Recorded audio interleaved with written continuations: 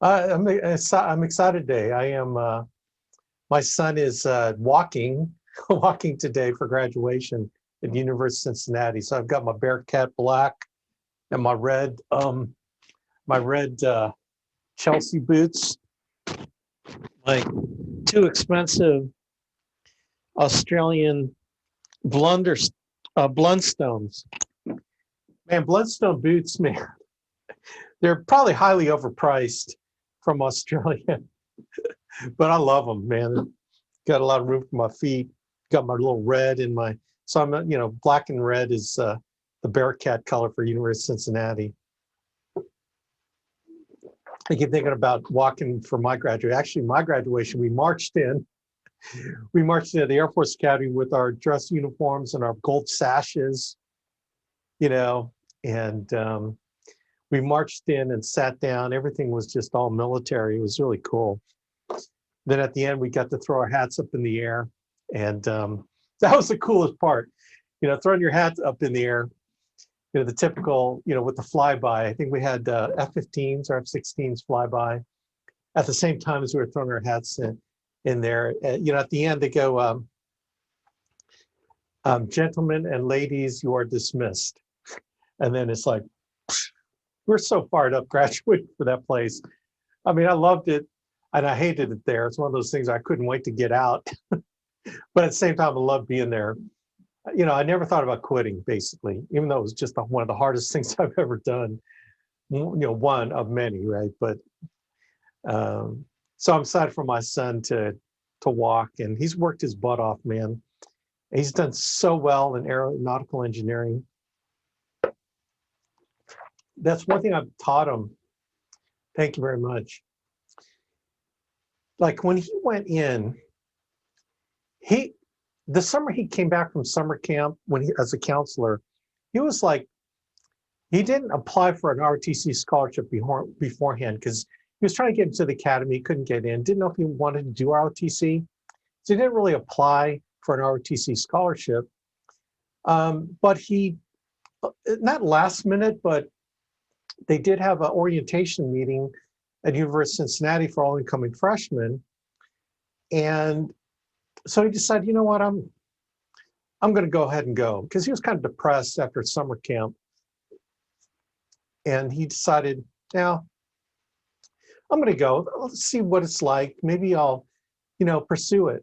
It was just, and it was sort of not an orientation meeting as much as a meeting to bring all the incoming freshmen that desired to be part of the Air Force ROTC program and their parents. So they talk about the program, and then he came down and they break the kids out into their own group, and they continue with the parents. And so they were going to do leadership things with them and, just put them through some paces. And I just said, look, dude, whatever you do, I'm behind you. But if you're going to do it, put everything you have into it. Don't be a schlep, go, when you're doing these breakout meetings, and, it's all evaluation. They're always checking you out. You're always performing. So if they're asking you to do anything, just do your best at it. And, that's all I care about. You do your best, whatever task they give you, whatever they're doing, and they're probably evaluating you. I mean, that's just how it is. I know what it's like in the military. Everything you're doing is a evaluation, is a performance evaluation for whatever the end result will be. And he gets it because he's always been like that you're always performing, right? You're always being judged, right? And when it comes to stuff you're doing in your life, and not that you are, like, I guess it depends on who's judging you, right? And what the purpose of the judging is. This case, you're trying to impress the upperclassmen, the cadre in ROTC, the commander of the ROTC detachment, the officer in charge. You want to just be impressive in everything you do, in every interaction. You stand up straight, yes sir, yes ma'am. All the stuff you teach your kids, it comes into play. You don't know what you're doing, but just, be yourself too. Like, don't be fake, but be yourself. And, so they took off with them, and it was pretty much several hours, right? And then, they gave us some orientation. This is what's going to happen, blah, blah, blah. And then, and then they bring the kids back in, and then they have different stations of the different things you can do in Air Force ROTC, like all the different Arnold Air Society and Color Guard and all these different groups that you can participate in as a part of the ROTC program, like all the auxiliary type of functions. And so at the end of the day, we're probably there 6 hours. Yeah, microphone's always on. Yeah, assume the microphone is hot, right? Assume it's hot. Anyway, here's what we discovered. Like, he was just planning, we were going to pay for college and blah, blah, blah. And then he could maybe compete for an ROTC scholarship, the full ride thing later in his second, third, and fourth year. Well, we come to find out that the ROTC program had 3 scholarships to give out, 3 full ride scholarships to give out for that first year. For those people that did not have a ROTC scholarship for the 4 years, the ones that didn't could compete for these 1-year scholarships for their freshman year. We didn't know that, right? Well, all the little leadership things, like when they asked, hey, who wants to be a leader of this project? Athens said, how about me? I'll lead it. And, and then they evaluated him, but he just stepped up and did it because he wanted just to excel. He wanted to be a leader. He wanted to be noticed, that he cared about what he was doing and that he was serious about the ROTC thing, not knowing that there was a 1-year scholarship at play. No one knew. I just told him, in everything you do, do the best you can, be the best you can be. Like, don't sandbag, because sandbagging will ruin your self-image, right? When you start sandbagging, your self-image takes a nosedive, and it's hard to recover from your self-image that you yourself denigrated, right? I mean, it's enough the world denigrates your self-image, but when you do it, that's a hole that's hard to climb out of, because you're the one doing it. And so when you don't put forth your best effort, what happens is you hurt your self-image. So I said, you got to give it your all in all you do. Well, he was the #1 guy. We found out the next day, Mr. Avian, your son, performed, he was the best at doing all the things he did. He did everything he asked of us. Plus, he got his hair cut. So they offered these kids an opportunity to shave their head. And Athens said, how about me? Shave my head.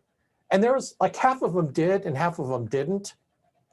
He said, shave my head, baby. So he comes back from all this and his head's shaved. I'm going, that is my son, man. That is my son. Well, we got called the next day. My son was really excited. He was fired up, but we got the call too. We awarded your son a full ride scholarship for the first year. And then at the end, next in the springtime, he can compete for the full-blown scholarship. And oh my gosh, it was like, dude, see what I said, Athen? I mean, talk about like a moral victory when you're trying to teach your kids something, then all of a sudden he gets rewarded beyond what he even expected, right? Beyond what he expected. He just, he performed for the sake of performing, for the sake of excellence, chasing excellence, and then he gets rewarded for it, and he didn't even know it. And I said, son, I don't call my son brother, but son, I'm proud of you because you worked and you did what you were supposed to do, and that is achieve excellence for the sake of excellence, and in my opinion, for the sake of your self-image. So then here's what I come to find out. In the springtime, when you're competing for an ROTC scholarship, full ride scholarship, you get thrown in the ring with everyone in the country competing for these full ride scholarships after the fact. So it's competing for a ROTC scholarship after your freshman year begins. So it's a different category of scholarship as opposed to the ones that competed for the scholarship prior to starting college. And come to find out, it's harder to get that scholarship than it would have been had he applied before. Well, that year he was #1 cadet in his class. He competed for the national ROTC scholarship, and he got it. He got his full ride scholarship. And again, now check this out. Okay, now I'm sound like the proud papa, right? But there's a point. Honestly, there's a point in all this for you. Okay. So his commander, the officer in charge of the cadet squadron, the detachment there in the University of Cincinnati, he was an A-10 pilot, I believe, A-10 or something like that. And he came out of ROTC, you know. I'm an academy guy, so, you know, every time they regard Alton's dad, he's that academy guy. That, you know, it's kind of inferiority complex with all those RTC guys. They look at us academy guys like, you know, it really is. It just cracks me up. But anyway, so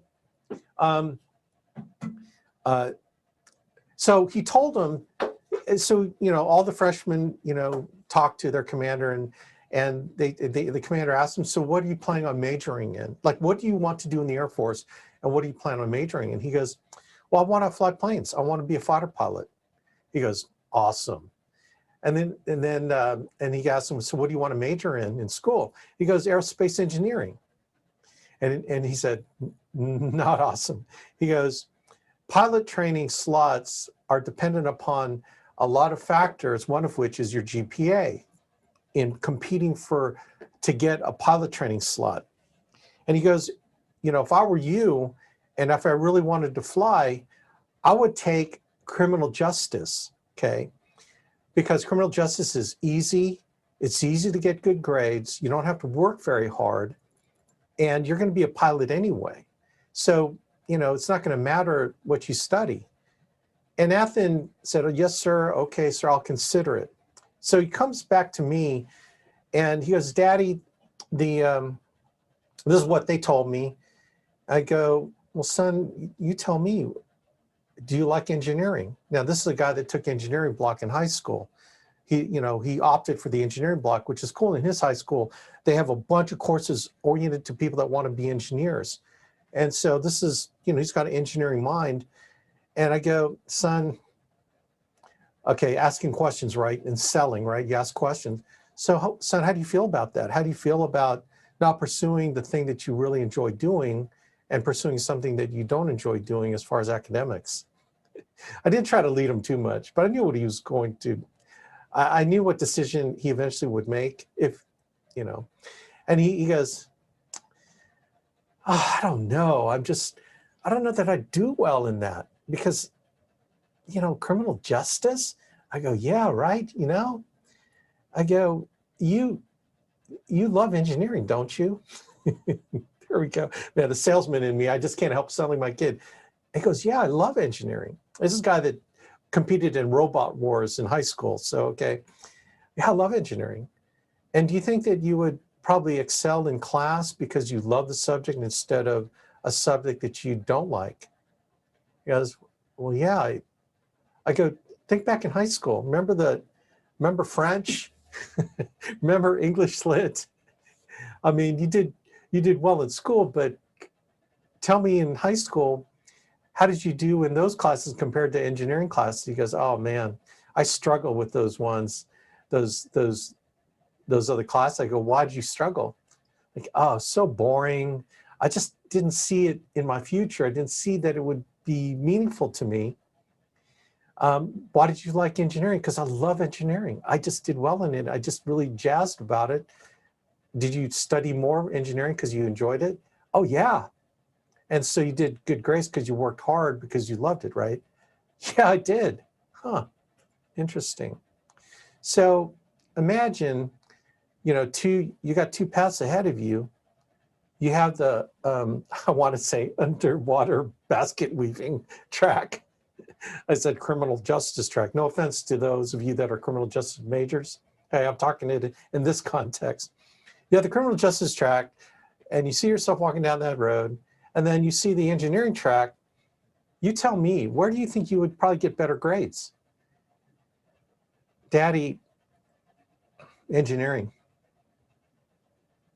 So if you're going to do better in engineering, do you think then you'd still be competitive for a pilot training slot? Yeah, absolutely. Then this is the kicker. I go, okay, so you got your plans, God has his plans.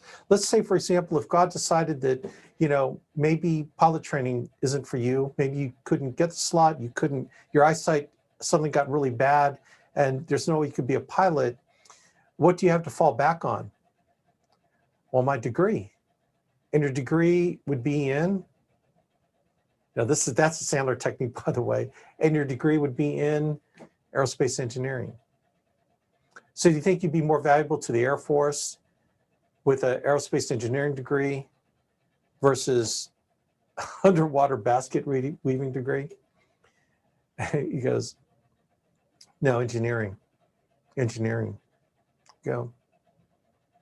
Well, it sounds to me like you made your decision. How do you feel about that? I feel good. I feel good about it. So you feel good about telling your commander that you decided to go the harder route instead of the easy route? Absolutely, Dad. And so that's what he did. And he kicked butt in aerospace engineering. And it's a co-op program too. So you see the engineers go through a co-op, so they get to work in real companies. And that's why he's on a 5-year program instead of 4-year ROTC, which is cool because the ROTC program let him do 5-year because of the co-op program. So he had a chance to co-op and get experience under his belt. He was at GE Aircraft Engines for his last co-op opportunity. Can you imagine working at GE Aircraft Engines? He eventually wants to be a test pilot or could be astronaut. But he sure as heck wouldn't have a chance to be an astronaut or a test pilot if he majored in underwater basket weaving, right? So what, Alex, what's the point of all this? This is boring. You're just bragging on your kid. Well, yes, I am. Yes, I am. I'm proud of him. I'm proud of him that he made his decisions. I compliment him on his hard work. I don't compliment him on his intelligence, because I never want my kids to feel like they can rest on their intelligence, because intelligence doesn't make you money, doesn't get you ahead, right? It's work is what will get you ahead. And he put the work in. And so now he graduates today, gets his commission in the United States Air Force as a second lieutenant tomorrow. And it's all because he worked his butt off and made the right decisions. But here's the key. He did not settle for mediocre. He just chose the path of doing the harder thing, chose the path of excellence in all things, right? As opposed to sloughing off. Now, that's not to say, okay, he's not a saint. He's not like, okay, I'm painting the picture, right? He's got his flaws. He has his things, right? Like we all do. But one thing about him is that he's always trying to be better. He's always been goal-oriented, okay? And what I mean by that, well, we've never given our kids gifts other than Christmas and birthdays. Outside of that, we never gave them anything just for fun. We never showered them, even though we have tons of money to be able to do it. We never did it. Anything that they wanted outside of Christmas and their birthdays, they had to work for it. They had to earn it. They had to do extra outside of their chores to earn money to do anything that they needed, right? And so my son said, Daddy, I want to get a laptop. I'd like to get a laptop. And this is in high school, and he wanted a particular Apple laptop. I go, how much is it? Well, it looks like I get it, a really good one for $1,200. I go, okay, cool. Now, he does summer camp and he earns money, decent money, being a counselor at summer camp and different things in high school. And I said, well, do you have a plan on how to earn that money? He goes, I do. Tell me your plan. Show me his plan. So what do you think, based on your plan, looks like you're going to be able to afford this at this particular date? He said, yes. Okay. Now let's just execute the plan, man. That's all you got to do. Execute the plan. Make the plan, then execute the plan and forget the plan. Like execute the plan, the goal to buy the laptop, create a plan, then execute the plan and forget the goal. and then measure it as you go along, but don't measure it from day one. Don't measure it week one. Don't measure it month one. Measure as you go along, but don't make any major changes early because you don't know the effect of everything that you're doing, right? Well, sure enough, he implemented the plan, got his laptop. Then he comes to me and says, Daddy, I want a 35 millimeter camera. I have this in mind, a Canon EOS or whatever. How much is that going to cost? $475. So what's your plan? Same thing. Focused. When he wanted something, he just focused on getting it. Singular focus, that's why I kind of knew, you know what, this kid's got something to him. Singular focus, and he's obsessed about obtaining a goal. His goal about being a pilot, his goal of, getting into ROTC, all these things, right? I mean, I learned a lot from him, my son. I learned a lot from him. And what amazes me is that he's 22?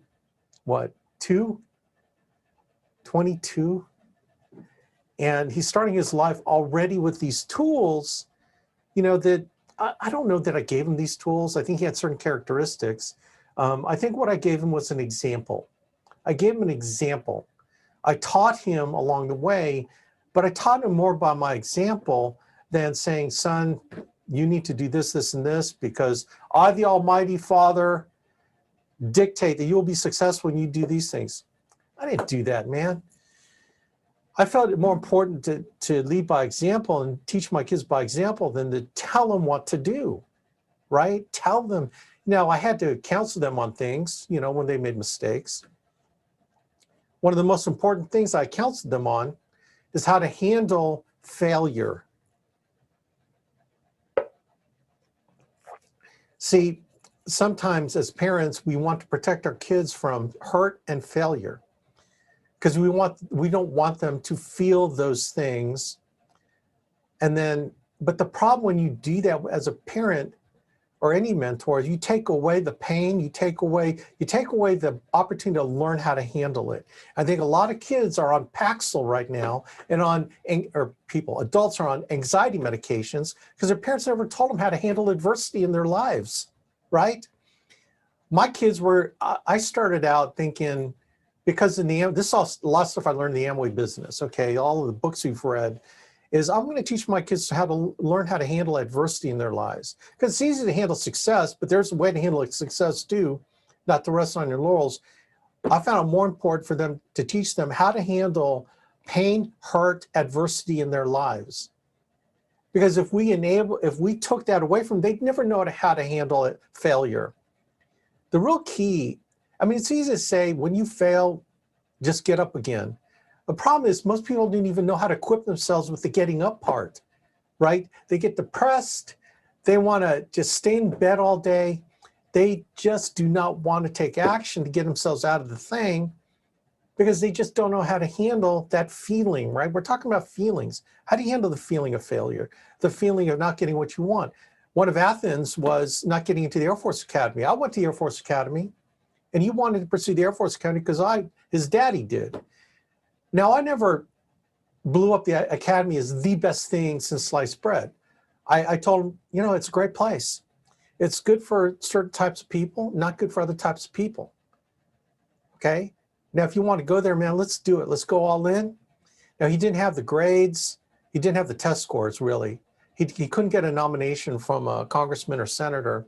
And I didn't retire from the Air Force, so he couldn't get an automatic presidential nomination to compete for the academy. So he fell short. And he was like sad because he didn't get the nomination, and he worked his butt off and he did well in the interview, but just didn't have the numbers. And so I asked him, so what are you going to do, man? What are you going to do? I don't know. I said, you consider ROTC. It's a worthwhile program. In fact, the current Air Force Chief of Staff graduated from ROTC. And he goes, really? I go, yeah, they're not all academy grads. Like I said, academy is good for some people, not good for other people. Maybe ROTC might be a good option for you. So he took that summer at summer camp thinking about it. Again, he pushed it off. Well, he snapped out of it. And, that's where we began the story about him deciding to go to the ROTC thing. So the point is, teaching my kids, giving them an example, and then teach them how to handle failure and adversity, right? How to step up. All my kids know how to do that. They're also independent thinkers. So although they guide them, we've given them a value system, we've given them the freedom by not telling them what to do, but using that value system to make the choices in their lives, right? To be independent thinkers, not be influenced by their friends, peer pressure, to be influenced by the values that we put in them, Christian values, right? Citizenship values. My boys were in Boy Scouts, my daughters were in Girl Scouts. So they learned basic citizenship characteristics, traits, right? And then from that platform, those principles, making decisions and being independent thinkers. Wise man has many counselors. Talk to us, talk to people that are smart, people that have credentials, and then make your own decision. And that's what they've all done, all our children. So I really couldn't be more proud of all of them. They've all chosen different paths, but you know what? They've all used that same decision-making process in their lives. They've all gone through different crap things and dealt with it. They bucked up, As much as you want to hug and kiss your kids and, oh, it'll be all right, there's a certain part where, okay, so now what are you going to do about it? Tell me your plan to get out of this. So my son yesterday, my 20-year-old freshman in college son, Nick, he goes to get his second vaccination at this clinic. And so I get this call that goes, Dad, so we bought him a car, a Prius. I'm a big fan of Priuses for college cars. And because he's got this internship, he'll have more than enough money to pay us back at the end of the summer. So I found this really awesome Prius, 125,000 miles. This thing rocks. It's the touring model. It's got leather. It's just really tricked out we got a really good deal on it. Anyway, and so he goes and drives to get his second vaccination. And then he calls me, he goes, Daddy. I go, yeah, how'd the shot go? He goes, it went well. How do you feel? I feel okay. He goes, Daddy, I'm kind of freaked out. I go, why are you freaked out? He goes, I backed into a car.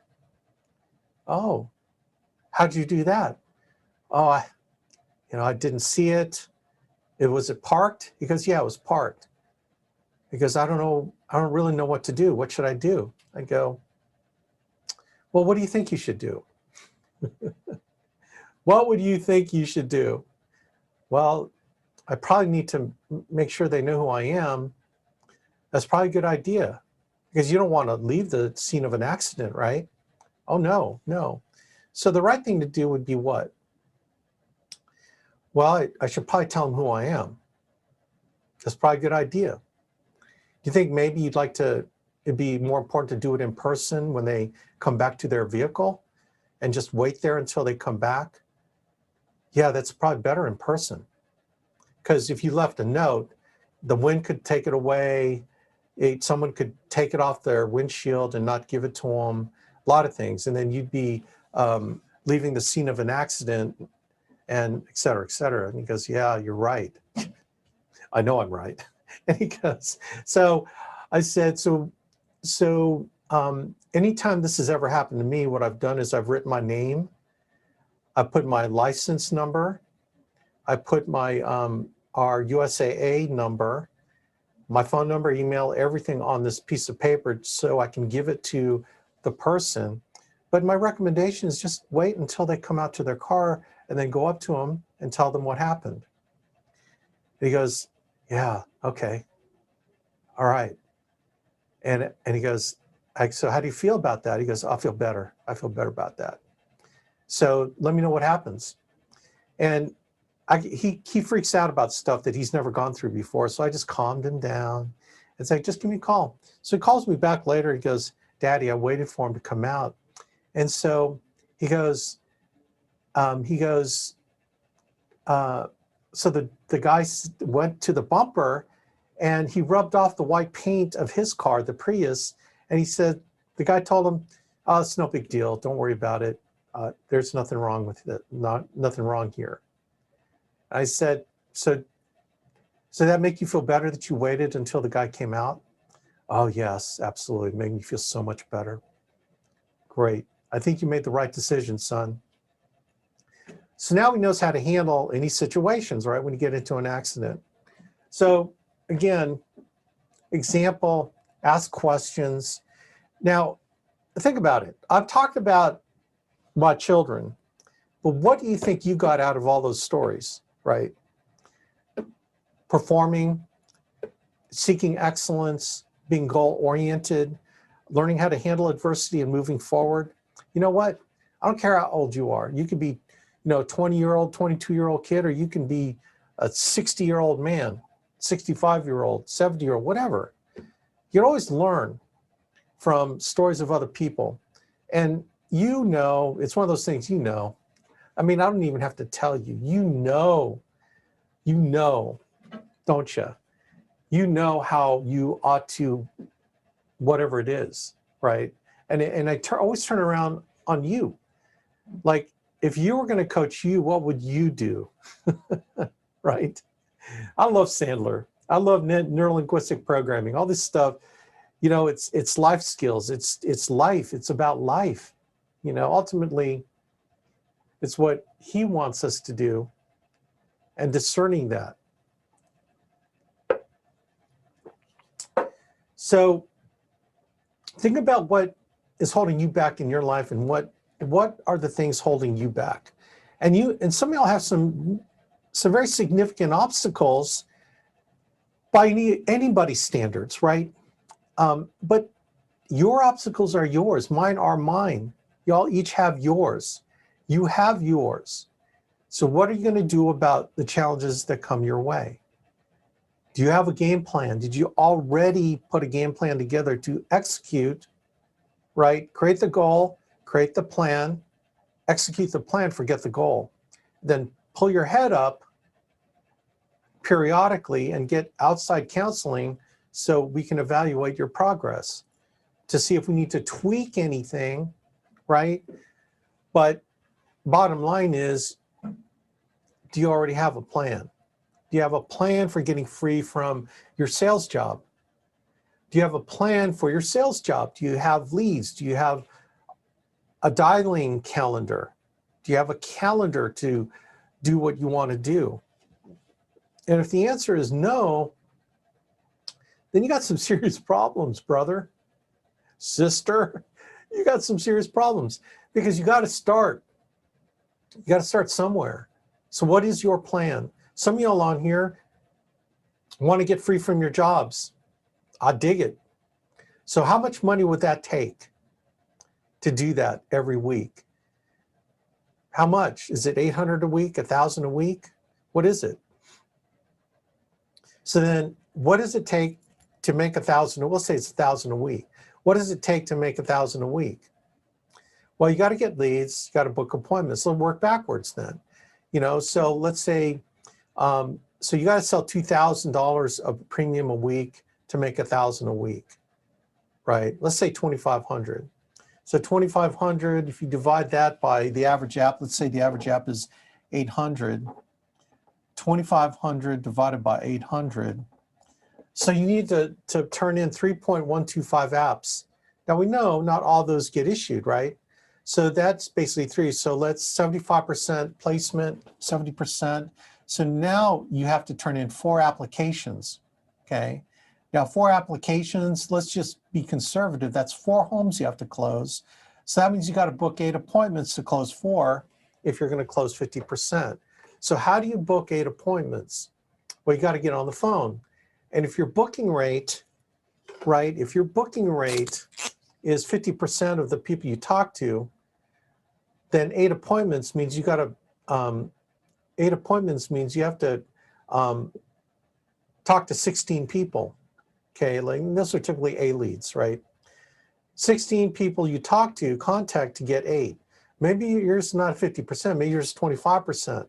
So if yours is 25%, then 8 times 4 is 32. So you have to have conversations with 32 people to book 8 appointments. okay? How do you have conversations with 32 people? Well, you got to contact them, right? So let's say your contact rate is 14% of your dials, okay? So let's divide 32 divided by 0.14. You got to dial 228 times. 228 dials in order to contact, that's if it's 14%, okay? Which is, you know, you dial it 3 times in a row. So divide 228 divided by 3. So that's 76. You need 76 people to call. 76 people to call if you're going to have a 14% contact rate, to talk to 32 people, to book 8 appointments because you're not very good at booking appointments. And then from 8 people, you're going to close 4, and you'll make about 1,000 a week. Okay. Again, these numbers means you're not that good. Okay. You really suck, actually. Right. So how do you get 76 people? I don't know. To talk to. 76 numbers. TLPs, old leads, warm market. That's the next question. How do you get 76 people to talk to every week? So it's all about solving problems, solving one problem at a time. You ever see that movie where, was it Matt Damon? He's in Mars, right? And his, the ship blows up that would take him home, and he's a sole survivor in Mars. And he had to survive, I don't know, how long did it take him to come back to rescue him? A year and a half, a year, right? And so he's in this dire situation, and he's got to figure things out. You should watch that movie. I can't even remember what that movie's called, but it's a profound movie because he had to figure out how to get water, you know, because you need water to survive, okay? Then he had to figure out the food thing. So he turned this, I don't know what kind of room it was, into a garden, and he was able to produce water so he could sustain himself, and oxygen, right? So he created this biosystem that he was, you know, and you know, he makes it back to Earth. At the end of the movie, he makes it back. Everything's like awesome, but this movie is all about solving these problems. The Martian, perfect, that's it, The Martian. He comes back, and he's a lecturer, a guest lecturer, and they asked him, how'd you do it? He goes, well, I just solved one problem at a time. One problem at a time, okay? So this is one of the key things that Andy Albright's ever taught me, is that when you look at your total situation and all your problems, it becomes this big monster. It's this thing, and it's this weight that's on you that just weighs you down because you've mixed it all together. In your head, you've mixed it together where it's this big monster of a problem. All these little things going on. Money problems, credit, your credit cards are maxed out. Okay, you've got all these problems and everything's just hitting you, and your wife's getting on your case, and you don't feel like you can make this business work, and you know you need leads, but you're scared to purchase leads. You're scared and fear, and it's this big monster. You've been there? I've been there. One of the best things Andy Albright's taught me is, all right, dude, let's kind of break it down. Let's just kind of take it one at a time. Tell me the first thing, the biggest thing on your mind right now that, you know, and I'd say, okay, this thing. Okay, let's write it down. Let's identify, you know, it's kind of like identify the enemy, right? Like Sun Tzu, Art of War. You got to know your enemy. Well, if you don't, the way to know your enemy is to name your enemy. You know, name Satan. Satan's my enemy. Name him. When you name something, you pull it out of the obscurity of the monster, and then you can focus on how to handle that. So what is the first thing? Let's name it. Boom. Okay, what's the second thing? Okay, what's the third thing? What's the fourth thing? And we just went through this exercise. You know, by the time I got to the fourth thing, it was like, that's it. And so the next question is, what is the number one thing that would if you took care of that one thing, it would wipe out the most anxiety in you. If you just tackle that one thing, which one would it be? And so you end up racking them in order. And actually what happens, what really came out of that exercise is that it came down to one thing. All the other ones were just kind of like, I can handle that, I can handle that. But it was really that one thing. So that exercise helped me identify the monster, what the real monster is. Okay, so let's talk about that one thing. What do we need to do about that one thing? It was a one thing conversation, not this burden of 20 things, because the 20 things is just one thing. Maybe it's the first two, right? All the other ones are not a big deal, but the most emotional ones was the first one. So how do I deal with that? So let's put a game plan together. Let's handle it, okay? So let's put the game plan together. Now that we have a game plan, Alex, then it's work the game plan, forget about the worry, let's work the game plan, right? And then let's measure your progress against the game plan. Okay, so now you can stop thinking about it, right? You can stop thinking about the consequence of not dealing with it. And when you stop thinking about it, then aren't you going to feel better? I already feel better, dude, because I named it. We put a game plan together to defeat it, and now I just know what to do now. It's like, right. You named it, you put the game plan together, execute. So now I don't have to worry about it. I just focus on executing. Does that make sense? When you break the monster down to individual pieces, all of a sudden the parts are not as big as the sum, right? And this is how I've taught my kids. When you look at your life and everything you're feeling about, the reason why you're feeling bad, because you're focusing on an unresolved issue that you don't know how to resolve. And the problem is you can't identify what that is. It's like, why do I feel like this? Well, let's take a white sheet of paper out and let's name it. Name all of them. Then identify the one. And then let's put a game plan together. Does that make sense, gang? I know this is not a talk on building. Well, it is actually. Building yourself up, right? Building yourself up so you can build your business. So anyway, does that make sense? So where are you guys? Why? So my questions for you is, why haven't you gotten started? Why aren't you turning in business every week? Why aren't you recruiting? Now, it's okay. I'm Alex, I'm your friend. I love you. Okay. It's okay if this is a membership club for you and you feel good when you come to this and you hear me and you think it's good stuff you're going to implement in your lives, but you never do anything. Look, that's all right, man. I mean, you want to feel part of a team. You want to feel part of something. You want to observe other people's success. God bless you, man. This is great. I appreciate you being on the calls and stuff. I mean, it's great to have more people than less people. So I appreciate it. Maybe sometime you're going to hear something that will move you forward, but at least you got the background on everything that we're talking about, right? So if this is a membership club for you, that's cool. All right. Now, for those of you that don't look at this as a membership club and that you really want to start making money, you want to build your future, you want to build your retirement that is like non-existent, well then, time is now.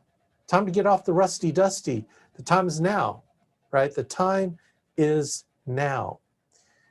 So break down what you think is holding you back into definable things, and then let's get together and talk about it. Let's talk about what is that thing that's causing you not to turn in business every week. See, because I think turning in business every week will do so much for you. It'll get you down the road of what you want to accomplish eventually, but at least it's showing me and showing yourself, more importantly, that you're implementing what it takes and that you're getting results. At least you're writing applications. If we can get you to where you're writing applications every week, oh my gosh. See, you can't steer a parked car. And if you're parked, I can't steer you. But when you're in motion, when you're dialing, when you're getting leads, I can steer you when you're in motion, okay? So I hope that all made sense.